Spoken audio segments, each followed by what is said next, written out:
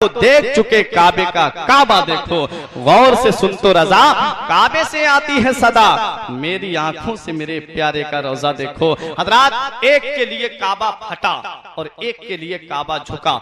जिसके लिए काबा झुका वो तमाम नबियों का सरदार, और जिसके लिए काबा फटा वो तमाम वलियों का सरदार। अब यहीं से मैं आपको बताना चाहता हूँ, जब सन हिजरी 2 आती है और जब मेरे आका जंग उहद से फारिग हुए, उसके बाद मेरे आका अपने घरेलू मामलात में मशगूल हुए। मेरे आका ने अपनी बेटी फातिमा के निकाह के बारे में सोचा। अबू बकर सिद्दीक पहुंचे, हुजूर मेरे साथ कर दीजिए, जवाब नहीं दिया। फारूक आजम पहुंचे, हुजूर मेरे साथ निकाह कर दीजिए, कोई जवाब नहीं दिया। मेरे नबी की खामोशी से दोनों सहाबी समझ गए कि हुजूर क्या चाहते हैं। दोनों सहाबी हजरत अली के पास पहुंचे। अली से कहा, अली तुम हुजूर की बारगाह में जाकर के अर्ज करो, हुजूर से अर्ज करो कि हुजूर फातिमा का निकाह अली के साथ कर दे। हजरत अली ने इतना सुना तो आंखों में आंसू आ गए। कहा, जब 14 दिन का था, जब नबी ने मुझे गोद में लिया था और नबी ने कहा था, जब मेरी माँ फातिमा ने पूछा था कि हुजूर इसका क्या करेंगे इतने छोटे बच्चे का, हुजूर इसे कैसे आप पालेंगे? नबी ने फरमाया इसे पालूंगा।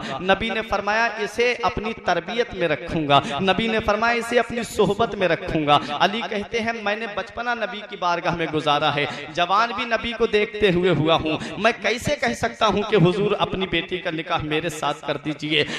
लेकिन सहाबा ने ज्यादा इसरार किया। हजरत अली उनके कहने पर आ गए। जब नबी की बारगाह में आए, नबी ने फरमाया, अली किस लिए आए हो? अर्ज किया, हुजूर खामोश खड़े हुए हैं। नबी ने फरमाया, बताओ किस लिए आए हो? तो मेरे नबी ने फरमाया, क्या फातिमा के निकाह के ताल्लुक से आए हो? अर्ज करते, हाँ या रसूल अल्लाह। नबी ने फरमाया, महर अदा करने के लिए कुछ है? हजरत अली की आंखों में आंसू आ गए। कहा, हुजूर हमारे पास तो कुछ भी नहीं है, हम जब से आए हैं आपकी बारगाह में रह रहे हैं, सारी जमीन मक्के में छोड़ आए हैं, सारी जायदाद मक्के में छोड़ आए हैं, आपकी मोहब्बत में हिजरत करके मदीना आ गए हैं, हुजूर हमारे पास कुछ नहीं है। नबी ने अपनी ज़रा उठाई, फरमाया, अली इसे बेच आओ, जो पैसे मिले उसे मेरे पास लेकर के आओ। हजरत अली ज़रा बेचने के लिए निकले। उस्मान गनी ने वो ज़रा 400 कुछ दिरहम में खरीदी और वो ज़रा भी दे दी, और हजरत उस्मान गनी ने वो पैसे भी हजरत अली को दे दिए। अब ये ज़रा बेच करके हजरत अली रजी अल्लाह तआला अन्हु नबी की बारगाह में आए। नबी ने इरशाद फरमाया, बेच आए? कहा, हाँ या रसूल अल्लाह बेच आया। कहा, जाओ अपनी शादी का इंतजाम करो। हजरत अली अपनी शादी का इंतजाम करते हैं। आज तारीख हमें ये बताती है, यहाँ से हमें एक जहन मिलता है कि अगर लड़के वाले अमीर हो और लड़की गरीब हो तो लड़के वालों को चाहिए कि उस लड़की को निभा लें, और अगर लड़की वाले अमीर हो लड़का गरीब हो तो लड़की वालों को चाहिए कि उस लड़के को निभा लें। क्यों? क्योंकि मेरे आका तो दोनों जहान के मालिक को मुख्तार है। मेरे आका के कब्जे में अल्लाह पाक ने तमाम खजानों की चाबियां दे दी हैं। चाहते तो मेरे नबी अपनी बेटी फातिमा को दुनिया की सबसे बड़ी कीमती चीज दे देते, लेकिन मेरे नबी ने उसके साथ मेरे नबी ने हजरत अली का निकाह किया, हजरत अली के साथ निकाह किया है। हजरत अली के साथ हजरत फातिमा का निकाह किया है, जिनके पास सिर्फ एक जोड़ी कपड़े बदन पे थे। एक जोड़ी कपड़ों के अलावा हजरत अली के पास कपड़े नहीं थे, रहने के लिए मकान भी नहीं था। हजरत गिरामी, एक मस्जिद नबवी के बाहर, जो हाजी हैं जो हज करके आए हैं वो जानते हैं, मस्जिद नबवी के बाहर एक चबूतरा है जिसे असहाबे सुफ़ा का चबूतरा कहा जाता था। वहां पर हजरत अली बैठे रहते थे और भी 70 के करीब सहाबा थे जो चबूतरे पे बैठे रहते थे। हजरत अली चबूतरे से मस्जिद में जाकर के रहने लगते थे। हजरत अली मस्जिद में रहते थे। एक दिन मेरे आका ने इरशाद फरमाया कि जो नापाक हो जाए, जो जुनबी हो जाए, जिस पर गुस्ल फर्ज हो जाए, वो ना नमाज पढ़ सकता है, वो ना नमाज पढ़ सकता है, ना तवाफ कर सकता है, और ना ही वो कुरान पाक की तिलावत कर सकता है। हजरत अली ने जब इतना सुना, मेरे नबी ने फरमाया, वो मस्जिद में भी नहीं आ सकता जो नापाक हो। तो हजरत अली तो मस्जिद में रहते थे। उन्होंने सोचा कि मैं तो मस्जिद में रहता हूँ। हजरत अली का चेहरा उदास हो गया। नबी ने हजरत अली का चेहरा देखा, इरशाद फरमाया, इल्ला अना व अली, मुझे और अली को छोड़ के कोई मस्जिद में नहीं आ सकता। हजरत गिरामी, हजरत अली खुश हो गए। हजरत अली के साथ हजरत फातिमा का निकाह हो रहा है। आज तारीख का जायजा ले लीजिए। मेरे नबी ने फरमाया, बेटी फातिमा, तुम्हारा निकाह मैंने अपने घर में अपने खानदान में सबसे बेहतर के साथ किया है। हजरत फातिमा तो ज़हरा जब अपने बाप के घर से रुखसत हुई तो मेरे नबी ने इरशाद फरमाया, बेटी फातिमा, आज तुम हमारे घर से जा रही हो, कल जब तुम हमसे मिलो मैदान महशर में, बेटी इस हाल में मिलना कि तेरा अली तुझसे राजी हो, बेटी तेरा अली तुझसे खुश हो। हजरत फातिमा तो ज़हरा ने कहा, मेरे बाबा, या रसूल अल्लाह, मेरे अली कैसे राजी होंगे? नबी ने इरशाद फरमाया, बेटी फातिमा, जब जब अली घर में आए सलाम करने में पहल करना, पहले अली को तुम सलाम करना, तुम्हारे अली राजी रहेंगे, तुम्हारे अली खुश रहेंगे। हजरत फातिमा तो ज़हरा अपने वालिद के घर से निकली। एक सहाबी हैं, उन्होंने अपना मकान हजरत अली को किराए पर दे दिया, कुछ दिन तक वहां पर रहते रहे। हजरात, जब सन हिजरी 2 आती है, 2 के बाद में सन हिजरी 3 आई, इमाम हसन पैदा हुए। सन हिजरी 4 आई तो नबी की बारगाह में मेरे आका की चची उम्मुल फजल दौड़ करके आई, या रसूल अल्लाह, चांद सा नवासा पैदा हुआ है। मेरे नबी तशरीफ लाए हजरत अली के मकान पर, इरशाद फरमाया, बेटी फातिमा, मेरा लाडला कहाँ है? हजरत फातिमा ने चादर हटा के इमाम हुसैन को नबी की गोद में दिया। मेरे नबी ने अपने लाडले को देखा, इमाम हुसैन ने अभी आंखें नहीं खोली हैं। नबी ने जब अपने दस्ते मुबारक में लिया, आंखें खोल दी। नबी ने इमाम हुसैन के दाहिने कान में अजान कही, बाएं कान में तकबीर कही, इरशाद फरमाया, बेटा हुसैन, खूब याद कर लो, ये तेरे नाना मुस्तफा की आवाज है। इमाम हुसैन अभी पैदा हुए हैं, नबी फरमा रहे हैं, बेटा हुसैन, खूब याद कर लो, ये तेरे नाना मुस्तफा की आवाज है। अपनी आंखें खोलते हैं, निगाह से निगाह मिलती है, निगाह ही निगाह में कहते हैं, ए मेरे नाना, आप फिक्र मत कीजिए, अगर आवाज आपकी है तो कान भी हुसैन के हैं। लोग मस्जिदों में कुरान की तिलावत करते हैं, मीनारों में कुरान की तिलावत करते हैं, मदरसों में कुरान की तिलावत करते हैं, सफर और हजर में तस्बीह तहलील पढ़ते हैं, मगर ए मेरे नाना, अगर वक्त पड़ा तो हुसैन नेज़े पे चढ़कर कुरान की तिलावत करेगा। जब तक दुनिया बाकी रहेगी हुसैन का नाम जिंदा रहेगा, जब तक दुनिया बाकी रहेगी हुसैन का जिक्र होता रहेगा, जब तक दुनिया बाकी रहेगी हुसैन का चर्चा होता रहेगा। इसलिए नहीं कि वो नबी का नवासा है, इसलिए नहीं कि वो फातिमा का जिगर पारा है, इसलिए नहीं कि वो अली का राज दुलारा है। अगर हुसैन का नाम जिंदा रहेगा तो सिर्फ इसलिए रहेगा कि उस नवासे पर मोहम्मद मुस्तफा को नाज है, उस नवासे पर मोहम्मद मुस्तफा को नाज है, उसकी हिम्मत पर अली शेरे खुदा को नाज है। और सजदे औरों ने किए, उनका नया अंदाज है। हुसैन, तूने वो सजदा किया जिस पर खुदा को नाज है।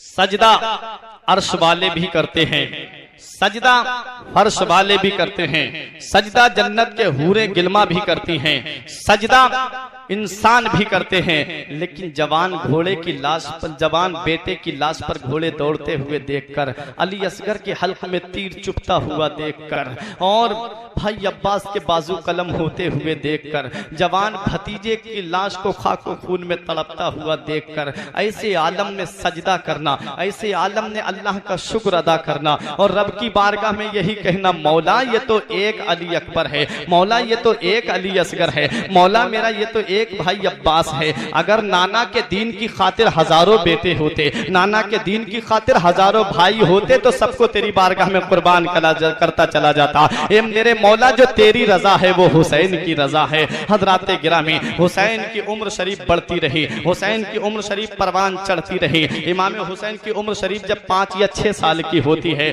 मेरे आका हुजूर सल्लल्लाहु ताला अलैहि वसल्लम अपनी मस्जिद नबवी में असर की नमाज पढ़ा रहे हैं। हुसैन मदीना शरीफ की गलियों में टहल रहे थे, हुसैन मदीने की गलियों में घूम रहे थे। घूमते घूमते नाना की पुश्ते अनवर पे सवार हो गए। इमाम मेरे आका ने सजदे से सर को उठाना चाहा, जिब्रील आए, बोले आका अल्लाह फरमाता है जब तक हुसैन मर्जी से ना उतर जाएं सजदे से सर को ना उठाएं। मेरे आका ने वैसे तस्बीह जो पढ़ते थे 3 मरतबा पढ़ते थे, 7 मरतबा पढ़ते थे, 11 मरतबा पढ़ते थे, 21 मरतबा पढ़ते थे, लेकिन आज मेरे आका ने 72 तस्बीहें सजदे में पढ़ डाली। इमाम हुसैन अपनी मर्जी से उतरे और अपनी माँ फातिमा के पास पहुंचे। हजरत फातिमा ने देखा, फरमाया बेटा कहाँ से आ रहे हो? अर्ज किया अम्मी मैं मस्जिद नबवी से आ रहा हूँ, तुम्हारे अब्बा मेरे नाना इमामुल अंबिया सजदे की हालत में थे, अम्मी जान मैं उनकी पुश्त पे सवार हो गया। हजरत फातिमा ने कहा बेटा तूने नमाज का ख्याल नहीं किया, बेटा तूने इमामुल अंबिया होने का ख्याल नहीं किया, बेटा तू उनकी पुश्त पे सवार हो गया। अर्ज किया हाँ अम्मी जान मैं पीठ पे सवार हो गया। हजरत फातिमा से इमाम हुसैन कहते हैं अम्मी मेरे नाना ने 72 तस्बीहें पढ़ डाली। इमाम हुसैन ने जब ये कहा तो हजरत फातिमा ने कहा बेटा तुम्हें ऐसा नहीं करना चाहिए था। इमाम हुसैन कहते हैं अम्मी बड़े राज की बात है। कहा बेटा क्या राज की बात है? कहा अम्मी आज जिस नाना ने हुसैन की खातिर 72 तस्बीहें सजदे में पड़ी हैं, उसी नाना के दीन की खातिर, उसी नाना के धर्म की खातिर, उसी नाना के मजहब की खातिर, उसी नाना की शरीयत की खातिर, उसी नाना के कुरान की खातिर मैं मैदान करबला में 72 जानिसारों को कुर्बान करवा दूंगा, 72 जानिसारों को शहीद करवा दूंगा। अम्मी जब तक दुनिया बाकी रहेगी तेरे लाल का जिक्र होता रहेगा, जब तक दुनिया कायम रहेगी हुसैन का चर्चा होता रहेगा, जब तक दुनिया कायम रहेगी हुसैन का नाम लिया जाता रहेगा। ये आसमान पे गर्दिश करने वाले सूरज अगर तूने हुसैन को भुला दिया हो तो तू जान, ये आसमान पे चमकने वाले चांद अगर तूने हुसैन को भुला दिया हो तो तू जान, ये आसमान पे चमकने वाले सितारों की कुंदीलो अगर तुमने हुसैन की कुर्बानी को फरामोश कर दिया हो तो तुम जानो। मगर जिसके दिल में हरारत ईमानी होगी, जिसके दिल में रसूल की मोहब्बत होगी, जिसके दिल में रसूल की चाहत होगी, जिनके सर पांचों वक्त सजदे में झुकते होंगे, वो कभी हुसैन को भुला नहीं सकते, वो कभी हुसैन को फरामोश नहीं कर सकते। वो यही सदा देते रहेंगे कि सब कुछ भुला दिया है मगर याद है हुसैन, सब कुछ भुला दिया है मगर याद है हुसैन। अब भी हमारे सीनों में आबाद है हुसैन। और निकला था जिनके वास्ते सूरज कभी कभी, निकला था जिनके वास्ते सूरज कभी कभी, उस बेमिसाल बाप की औलाद है। वाह वाह वाह वाह, सुभान अल्लाह सुभान अल्लाह सुभान अल्लाह सुभान अल्लाह। ये इमाम हुसैन रजी अल्लाह ताला अन्हु हैं। बचपने का जमाना है, अपनी माँ फातिमा की बारगाह में हाजिर हुए, अर्ज करते हैं ए अम्मी जान सुबह ईद का दिन है और जब ईद का दिन आता है हर इंसान खुशियां मनाता है, बच्चे हों वो भी खुशियां मनाते हैं, जवान हों वो भी खुशियां मनाते हैं, औरतें हों वो भी खुशियां मनाती हैं, हर इंसान ईद के दिन खुश नजर आता है। अम्मी जान हम इमामुल अंबिया के नवासे हैं, हम आपके लाडले हैं, हम शेरे खुदा के शहजादे हैं। ए अम्मी जान हमारे पास सिर्फ एक जोड़ी कपड़े हैं और वो फटे पुराने कपड़े हैं, उन पे भी पेबंद लगा हुआ है। अम्मी जब हम ये पुराने कपड़े पहन करके ईदगाह को जाएंगे तो अमीरों के बच्चे हमारा मजाक उड़ाएंगे, रईसों के बच्चे हमारी हंसी बनाएंगे, अमीरों के बच्चे हमारा तमस्खुर बनाएंगे कि ये देखो इमामुल अंबिया के नवासे आ रहे हैं, ये देखो उसके लाडले आ रहे हैं जो तमाम वलियों का सरदार है, ये उसके लाडले आ रहे हैं जिसकी माँ जन्नती औरतों की सरदार है, ये उसके नवासे आ रहे हैं जिनके नाना तमाम नबियों के सरदार हैं। अम्मी हमारा दिल टूट जाएगा, अम्मी हमें नए कपड़े चाहिए। हजरत फातिमा ने फरमाया बेटा सुबह तुम्हें नए कपड़े मिल जाएंगे। दोनों लाडले सो जाते हैं, इमाम हसन भी सो जाते हैं, इमाम हुसैन भी सो जाते हैं। और जब फजर की नमाज हुई हजरत फातिमा ने रब की बारगाह में अर्ज की मौला फातिमा ने जो भी दुआ तुझसे मांगी है मौला तूने उसे पूरा फरमा दिया है, मौला फातिमा ने जो भी तुझसे तलब किया मौला तूने उसे अता कर दिया है। मेरे परवरदिगार आज फातिमा की लाज रख ले, मौला मेरे बच्चों के लिए नए कपड़ों का इंतजाम फरमा दे। अपने हाथों को चेहरे पर फेरा ही था, बाहर से किसी ने आकर के दस्तक दे दी, मैं दरवाजा खोलिए। हजरत फातिमा ने फरमाया कौन है? कहा मैं अहले बैत का दर्जी हूँ, मैं इमाम हसन और हुसैन के लिए कपड़े लेकर के आया हूँ। हजरत गिरामी हजरत फातिमा ने पर्दे की आड़ से कपड़े लिए और जब दोनों शहजादों को कपड़े पहनाए, इमाम हसन और हुसैन ने कपड़े पहने बड़े खुश नजर आ रहे थे, खुशी के आसार चेहरे से नमूदार हो रहे थे। हजरत गिरामी मेरे आका तशरीफ लाते हैं। एक कुरतुरा के जिंदा दिल मुसलमानों सुनो, मेरे नबी ने इरशाद फरमाया बेटी फातिमा आज हमारे लाडले कितने अच्छे लग रहे हैं, आज हमारे लाडले कितने खुश नजर आ रहे हैं, आज हमारे लाडलों की खुशी का आलम तो देखो। हजरत गिरामी फरमाया बेटी ये नए कपड़े कहाँ से आए हैं? अर्ज किया हुजूर आप ही बता दीजिए कहां से आए हैं। मेरे नबी ने इरशाद फरमाया बेटी फातिमा वो कपड़े किसी दुनिया से नहीं आए हैं, ये कपड़े कोई दुनियावी कपड़े नहीं है, बल्कि ये लिबास तो जन्नती लिबास है, ये लिबास तो जन्नत से आया है। बेटी कपड़े लाने वाला कोई आम इंसान नहीं था। बेटी तुम्हारे बच्चों के मर्तबे का कोई जवाब नहीं है, तुम्हारे शहजादों की मकाम का कोई जवाब नहीं है। बेटी तुम्हारे लाडलों के लिए कपड़े लाने वाले हजरत जिब्राइल अलैहिस्सलाम है। ये इमाम हसन की शान है, ये इमाम हसन का मर्तबा है, ये इमाम हुसैन की शान है, ये इमाम हुसैन का मर्तबा है, जिनका लिबास जन्नत से आ रहा है, जिनका नाम जन्नत से आ रहा है। हजरात गिरामी, यही इमाम हुसैन है। उम्र शरीफ बढ़ती चली गई। इमाम हुसैन की उम्र शरीफ जब बढ़ी और जब सन हिजरी 60 आती है, जब अमीर मुआविया का विसाल हुआ, यजीद तख्त पे बैठा, और जब यजीद तख्त पे बैठा तो उसे सबसे बड़ा खतरा जो था वो 4 लोगों की तरफ से था। हजरत अब्दुल्ला इब्ने उमर, हजरत अब्दुल्ला इब्ने जुबैर, हजरत अब्दुर्रहमान इब्ने अबू बकर, हजरत इमाम हुसैन। वो जानता था यजीद के सब मेरी बैअत कर लेंगे, लेकिन ये 4 मेरी बैअत नहीं करेंगे। अगर इन 4 ने मेरी बैअत कर ली तो सब ऐसे ही बैअत कर लेंगे बगैर किसी शर्त के।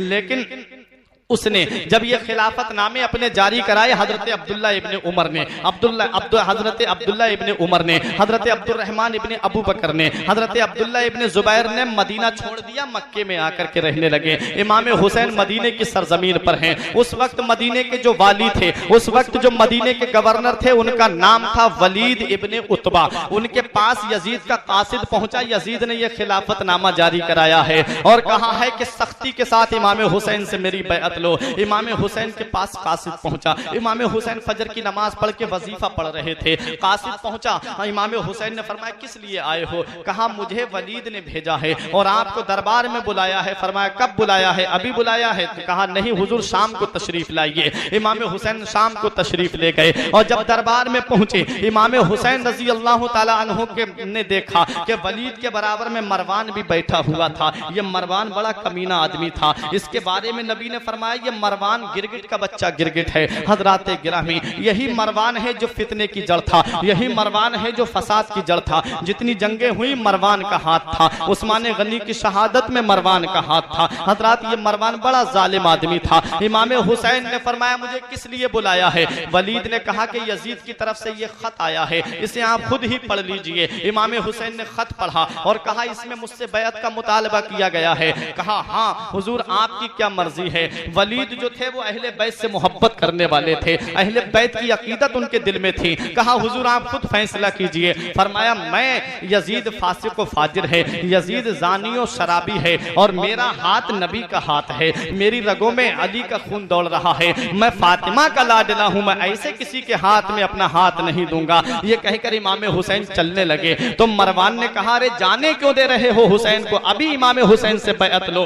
अगर बैअत नहीं करते हैं तो इनके सर को कलम कर दो। मेरे इमाम ने सुना। फरमाया जालिम तू हमारा सर कलम करने की बात करता है? तुझे हमारी बहादुरी का अंदाजा नहीं है, तुझे हमारी ताकत का अंदाजा नहीं है, तुझे हमारी कुव्वत का अंदाजा नहीं है, तुझे हमारी शुजाअत का अंदाजा नहीं है। अरे बहादुरी ने हमारे घर से जन्म लिया है, ताकत ने हमारे घर से जन्म लिया है। अरे तूने हमारी ताकत को अभी देखा नहीं है। अली का घर भी क्या घर है कि जिस घर का हर एक बच्चा जिसे देखो वही शेर खुदा मालूम होता है। इमाम हुसैन रजी अल्लाह ताला अन्हु वहां से निकले, अपने घर पे तशरीफ लाते हैं। रात का आलम था। फरमाया बेटा अली अकबर इधर आ जाओ, बेटा कासिम इधर आ जाओ, बहन ज़ैनब तुम भी आ जाओ, बेटा अब्बास मेरे भाई अब्बास तुम भी आ जाओ, मेरे बेटा अली अकबर तुम भी आ जाओ, मेरे बेटे अली असगर को भी साथ में ले लो, मेरी बीबी शहरवानो तुम भी आ जाओ, उम्मे लैला तुम भी आ जाओ, उम्मे रुबाब तुम भी आ जाओ। मेरे इमाम ने छोटे छोटे अपने छोटे से काफिले को लिया और नाना के रोजे पे हाजिरी देने के लिए चले। ये रात बड़ी ही अजीब रात थी। ये रात बहुत सारे गमों को अपने दामन में समेटे हुए थी। इमाम हुसैन से हजरत ज़ैनब ने कहा भाई क्या इरादा है? कहा बहन मदीना छोड़ने का वक्त आ गया है, अब मदीना हमसे छूट रहा है। इमाम हुसैन ने जब इतना कहा, हजरत ज़ैनब ने चादर को ओढ़ा, अपने छोटे छोटे बच्चों को उठाया, चलो बेटा नाना के रोजे पे चलते हैं। हजरत ज़ैनब चल रही थी। रास्ते में हजरत ज़ैनब को अपनी माँ की वो बात याद आ गई कि जब मेरे आका का इस दुनिया ज़ाहिरी से विसाल हुआ था, हजरत फातिमा ने हजरत अली से कहा था अली मुझे तुम मेरे बाबा के रोजे पे ले चलो। अली आधी रात में नबी के रोजे पे हजरत फातिमा को लेकर के चल रहे हैं। साथ में हजरत ज़ैनब भी चल रही हैं, साथ में इमाम हसन और हुसैन भी चल रहे हैं। बचपने का आलम था। हजरत ज़ैनब से हजरत फातिमा ने फरमाया था, बेटी ज़ैनब, आज तू मेरे साथ जा रही है, आज तेरे साथ तेरा भाई हसन है, आज तेरे साथ तेरी माँ है। मेरी बेटी, कल जब तू नाना के रोजे पे आएगी तो उस वक्त तेरे साथ तेरे बेटे औनो मोहम्मद होंगे। बेटी, तुझे मदीना छोड़ना पड़ेगा। हजरत ज़ैनब नाना के रोजे पे हाजिर हो रही है। इमाम हुसैन मदीने की सरजमीन पे हैं, अपने नाना के रोजे पे हाजिरी देते हैं। नाना की बारगाह में अर्ज करते हैं, नाना आपका वही लाडला आया है जिसे आप सीने से लगाते थे। नाना आपका वही लाडला आया है जिसे आप कलेजे से लगाते थे। नाना आपका वही हुसैन आया है जिसे आप अपने कांधे पे